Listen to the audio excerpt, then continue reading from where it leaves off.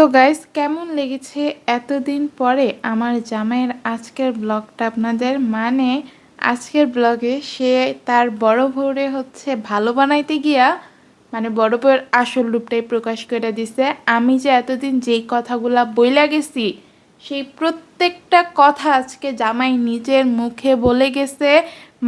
সত্যটা আজকে জামাই নিজের মুখে প্রমাণ করে গেছে। বড় সতীনের আসল রূপটা জামাই নিজেই প্রকাশ করলো। তো আমার জামাই বড় সতীনের বকবকানি, কান্নাকাটি, নেকা নেকা এইসব কিছু সহ্য করতে না পাইরা আসছিল একটু ভাঙা বড় সতীনকে জোড়া লাগাইতে, কিন্তু জোড়া লাগাইতে আইসা তো বড় সতীনরে আরো ভেঙে খান খান করে দিল আমার জামাই।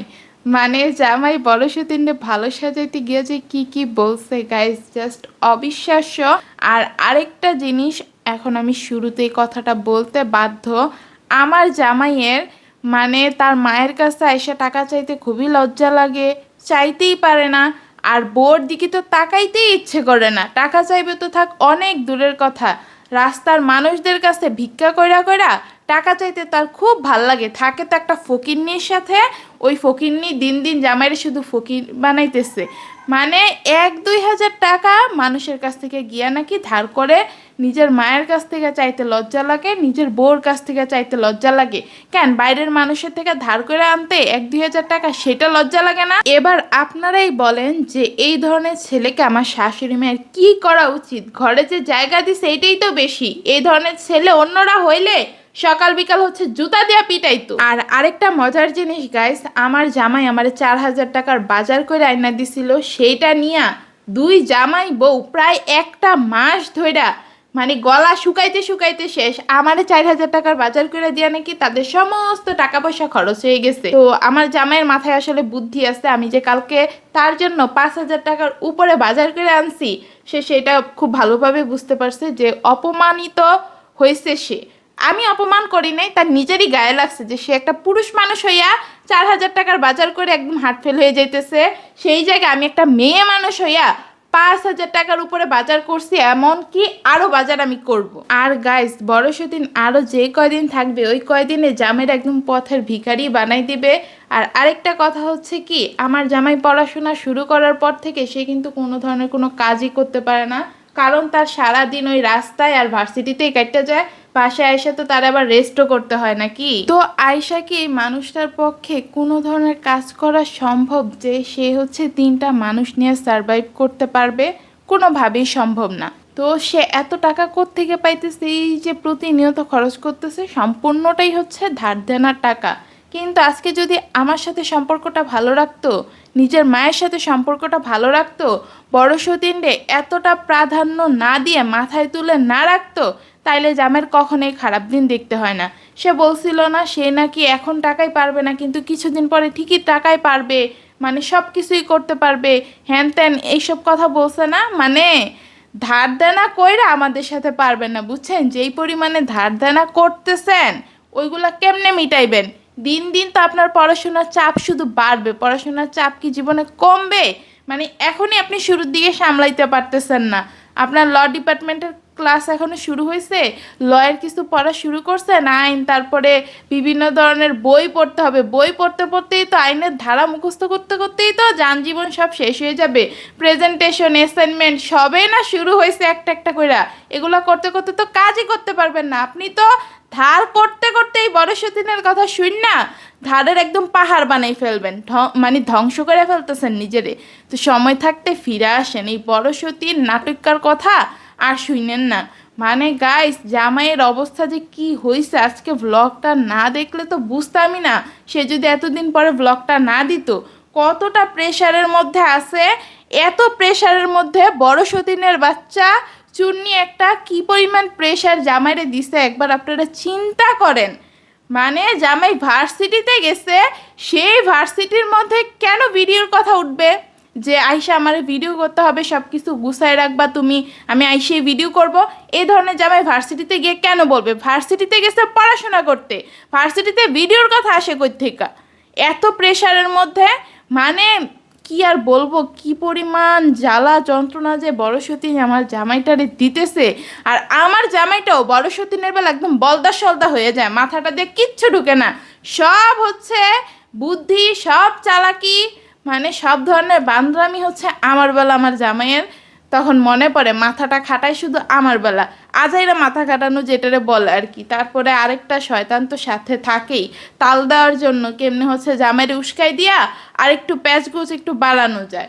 তো গাইস বলি যে এই কথাটা আমি কেন বলছি, মানে কি পরিমাণ কথা মানে কাটাকাটি হইতেছিল, কি পরিমাণ কি হইতেছিল আপনারা একবার বুঝেন। যে জামাই সিঁড়ি দিয়া নামতে গিয়ে পাটা মচকাইছে, সেই ব্যথা নিয়ে এখনো পর্যন্ত ঘুরতেছে। আর তার চেহারার অবস্থা দেখছেন কি, মানে চেহারা দেখলেই তো বোঝা যায় তার অবস্থা কি পরিমাণের খারাপ, কি পরিমাণের টায়ার্ড সে। তারপরেও বড় সতীনের বাচ্চা মানে জামাইরে গুতানো বন্ধ করে নাই। ও বাসায় আসে জামাই মানে তার শ্বাস নেওয়ার সময় নাই আমার জামাইয়ের, কেমনে কি করবে হুঁশ পাইতেছে না। 6 ঘন্টা জার্নি করে আসে, আইসা তো একটু রেস্ট নিতে হয়, আর না হইলেও 6টা ঘন্টা তো রেস্ট নিতে হয়। 6টা ঘন্টা রেস্ট নিলে তারপরে তার পড়াশোনা করা লাগে না রে। আবারও সেই আগের কাহিনী শুরু করছে বড় সতীন, যে জামাই ওরে সময় দেয় না। মানে আগের বার দোষ ছিল জামাই 1 মাস আমার সাথে ছিল, এই কারণে হচ্ছে জামাই ওরে সময় দেয় না। জামাই হচ্ছে আব্দুর রহমানের সময় দেয় না। আগের বার আব্দুর রহমানের জন্য ওর কলিজা জ্বললে উঠছিল, এবার আব্দুর রহমানের জন্য ওর কলিজাটা জ্বললে উঠছে। গাইস জাস্ট মিলাই নেন, সবে তো ঝামেলা শুরু হয়েছে। এখন কি আপনাদেরকে আয়সা বলবে তাদের মাঝে কি কারণে ঝামেলা হয়েছে? এখন তো কত কিছুই বলবে। আর ওর যে ওয়ার্ড্রোব, ওই ওয়ার্ড্রোবে আরএফএলের ওয়ার্ড্রোব গাইস, এইসব ওয়ার্ড্রোবে কখনো তেলাপোকা ঢুকে না। উপরে সিল করাই আছে যে তেলাপোকা পোকা কোনো কিছু এইসব কাপড় চোপড়ের মধ্যে ঢুকে না। তো বুঝতেই পারেন ওদের কথার মধ্যে কত ঘাপলা, কত ঘাপলা। মানে এই ওয়ার্ডরোবের মধ্যে নাকি পোকা হয়েছে, পোকা হওয়ার কারণে হচ্ছে ব্যাগ ভর্তি সব কাপড় চোপড় গুছাইয়া ভাঁজ কইরা মাঝখানের রুমে নিয়ে রাখছে। আমি ওইটারে কি না কি ভুংভাং বানাই দিছি। তারপরে তাদের ঘরের ঘটনা তারা মানে রাগারাগি করছে, জামাই নিজের মুখের কথা যে তারা হচ্ছে চিল্লাচিল্লি করছে, মানে ঝগড়া করছে, সেটা আমিও শুনছি যেহেতু আমার রুমটা পাশেই। তারপরে অন্যান্যরাও শুনছে ঘরে যারা যারা ছিল। মানে তারপরও জামাই কেমনে বললো এই কথাটা যে তাদের ঘরের কথা তারা এসব বলে নাই, তারা এখনো ঠিকমতো কিছু নাকি জানে না। মানে এটা কোন ধরনের কথা গাইস, ঝগড়াঝাটি করে তারা নাকি এখনো ঠিকমতো কিছু জানে না। আর আমি মানে ক্যামেরার সামনে আইসা নাকি চিল্লাচিল্লি করা শুরু করে দিছি। মানে আপনার মাথা পুরাই চলে যাইতেছে। হ্যাঁ, এই ফকিন্নি বড় সতীনের সাথে থাকতে থাকতে ওর প্রেশার মানে জাস্ট আকাশ ছোঁয়া গাইস। আমার জামাই সামলাইতে পারবে না, আস্তে আস্তে আরও মজা বুঝবে বড় সতীনের কাছে যদি থাকে আর কি। আর বড় সতীন যদি এই বাড়িতে থাকে আর কি জামাইরে জ্বালানোর জন্য, তাইলে আমার জামাইরে দেখবেন যে কয়েকদিন পরে ও পুরাই পাগল বানাইয়া ফেলছে। তো যেই কথায় আমি ছিলাম গাইস, আমি হচ্ছে তারা বলার আগেই ক্যামেরার সামনে গিয়ে সব বলা শুরু করে দিছি। এখন আমি হচ্ছে তাদের ঘরের মধ্যে চুরি করে আইসা কোনো হচ্ছে গোপন ক্যামেরা লাগাই দিছি নাকি, এটা নিয়ে নাকি আমার জামাইয়ের খুব সন্দেহ হইতেছে, খুবই ভয় লাগতেছে। তা বলি কি, গোপন ক্যামেরা তো আমি আপনাদের ঘরে লাগাই নাই, লাগাইছেন তো আপনি। আপনি আপনার বড় বৌদি কোন জায়গায় গোপন ক্যামেরা লাগাই রাখছেন, এখন তো আমার ওই জিনিসটা সন্দেহ হইতেছে। কারণ কি গাইস, মানে তারা তো ঝগড়াঝাটি করছে, তাদের দুই হাজব্যান্ড ওয়াইফের মাঝে নর্মালি কি কথা হয়, তারা কি কি করে সেই সব কি আমি জানি? সেই সব নিয়ে কি আপনাদেরকে কিছু বলছি? কিন্তু ঝগড়া হয়েছে, ঝগড়া হওয়ার পরে হচ্ছে বড় সতীন ব্যাগ গুছাইছে। আর যদি পোকাই হয়ে থাকে ঘরের মধ্যে, হ্যাঁ পোকার জন্য হচ্ছে জামা কাপড় সব ভাঁজ করছে, তো ওইটা ঝগড়া হওয়ার পরেই কেন, ঝগড়া হওয়ার আগে কেন ব্যাগ গুছায় নাই বড় সতীন? তাইলে বুঝতাম যে না, ঝগড়া হওয়ার আগে হচ্ছে ব্যাগ গুছাইছে, ঝগড়া হওয়ার পরে তো গুছাই নাই। ব্যাগ গুছাইছে, চিল্লাচিল্লি হয়েছে, বাইরে নিয়ে রাখছে, আবার সেই ব্যাগ হচ্ছে মানে আবার কি কি করছে সেটার আমি না বললাম গাইস, জামাই এই বিষয়ে কথা বলছে। তো মানে আগেই কেন এই জিনিসটা করলো? আর গোপন ক্যামেরা নিয়ে কথা বলতেছিলাম গাইস, গোপন ক্যামেরা নাকি আমি সেট করছি। মানে আমি আমার বাবা মায়ের সাথে আমার কি কথা হয়, আমার ভাইদের সাথে আমার কি কথা হয়, সেই সব কথা তারা কিভাবে জানবে? আমি তো কথা জোরে জোরে বলি না, আর একজনের রুমে আরেকজন কথা বলতেছে, মানে একজনের রুমে একজন কথা বলতেছে, এই কথা আরেকজনের কানে কেমনে যায়? আমি তো আমার মনে করেন যে বাপ ভাইয়ের সাথে কি কথা হয় এটা নিয়ে হচ্ছে কারোর সাথে কোনো ধরনের কোনো কথা বলি না, এমনকি আপনাদের কাছেও বলি না। নর্মালি আমার বাবার সাথে ভাইদের সাথে আমার যা কথা হয়, আমার মায়ের সাথে আমার যা কথা হয় তাই, এটা তো আর আপনাদেরকে জানানোর কিছু নেই। কিন্তু সেই কথা আমার জামাইয়ের কান অবধি কেমনে যায় আমি সেটাই বুঝতেছি না।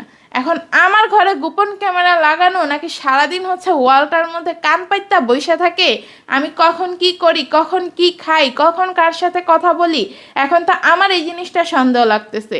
তো যাই হোক, কান পাইত্যা রাখুক আর গোপন ক্যামেরা লাগাই রাখুক, কিছুতেই কোনো কাজ হবে না। কারণ আমি যা করি প্রকাশ্যে করি, আমি যেটা করি আমি সবসময় সত্যের পথে থাকি, ন্যায়ের পথে থাকি, তাই আমার কোনো ভয় নাই। একটা কেন 100টা গোপন ক্যামেরা যদি আমার রুমে লাগাই রাখে তাও আমার কোনো ভয় নাই। ভয় হচ্ছে জামাই আর বড় সতীনের। ওদের ঘরে যদি একটা গোপন ক্যামেরা লাগানো হয় তাহলে তো আসল রূপ প্রকাশ হইয়া মানুষজন জুতা পেটা শুরু করবে ওই দিনই বড় সতীনরে। সাথে হচ্ছে জামাইরও কিছু জুতা পেটা করবে, কারণ জামাইয়েরও দোষ আছে। সে হচ্ছে তার নিজের বউ বাচ্চার ভালোটাই দেখতে পারে না।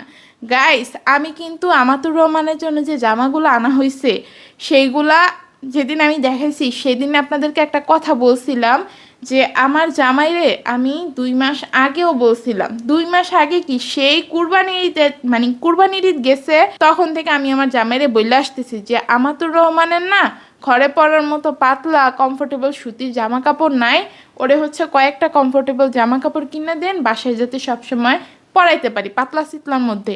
তো জামাইয়ের কাছে তখন কোনো টাকা ছিল না, একটা টাকাও ছিল না যে মেয়েরা হচ্ছে কিছু জামা কাপড় এনে দিবে।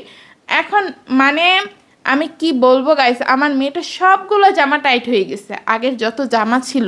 তারপরে সাদা যে সেন্টু গেঞ্জি বাচ্চারা পরে সেই সেন্টু গেঞ্জিগুলো আমার মেয়ের নষ্ট হয়ে গেছে। তাদের যে আমি কতবার করে বলছি একটু ওরে কয়টা জামা কাপড় আইনা দেন, এরকম কি ভাল লাগে? বাচ্চা মানুষ সুন্দর সুন্দর জামা পরবে, দেখতে কত কিউট লাগবে। আমার তো রহমান কত কিউট, মাশাল্লাহ, কত ভালো একটা বাচ্চা, ওরে এই ধরনের জামা কাপড় পরাতে কি ইচ্ছা করে? আর জামাগুলো পরতে কিন্তু ওর অনেক কষ্ট হয়, ওরে কয়েকটা জামাই না দেন। কত যে রিকোয়েস্ট করছি গাইস, কিন্তু আমার জামাই না দেয় নাই। তার কাছে তখন টাকা ছিল না। ঠিক কয়েকদিন পরেই যখন আব্দুর রহমান আসলো, বড় সতীন আসলো, তখন আমার জামাইয়ের হাতে হচ্ছে হুড় হুড় করে টাকা পয়সা চলে আসলো। কুরবানি ঈদের টাইমও আমার জামাইয়ের কাছে নাকি কুরবানি দেয় নাই, টাকা ছিল, খাসি হচ্ছে তারা দিবে না, মন মতো পায় নাই। কিন্তু আমার তোরে জামাই না দিছে ফুটপাত থেকে। আমি সেটা নিয়ে কেন রাগ দেখাইছিলাম, আমি কেন অনেক কিছু বলছিলাম, সেটা নিয়ে আপনারা অনেকে অনেক মন্তব্য করছেন। পরবর্তীতে আপনারা মন্তব্য করলেন না যে মেয়েরে তো ফুটপাতের থেকে জামাই না দিছেন, আর ছেলেরে কেন বসুন্ধরা থেকে ভালো ব্র্যান্ডের জামাই না দিলেন। এটা আপনার কোন ধরনের অবিচার? নিজের বাচ্চার সাথে কিভাবে মানুষ দুই ধরনের আচরণ করতে পারে? আপনি এই কাজটা কিভাবে করতে পারলেন?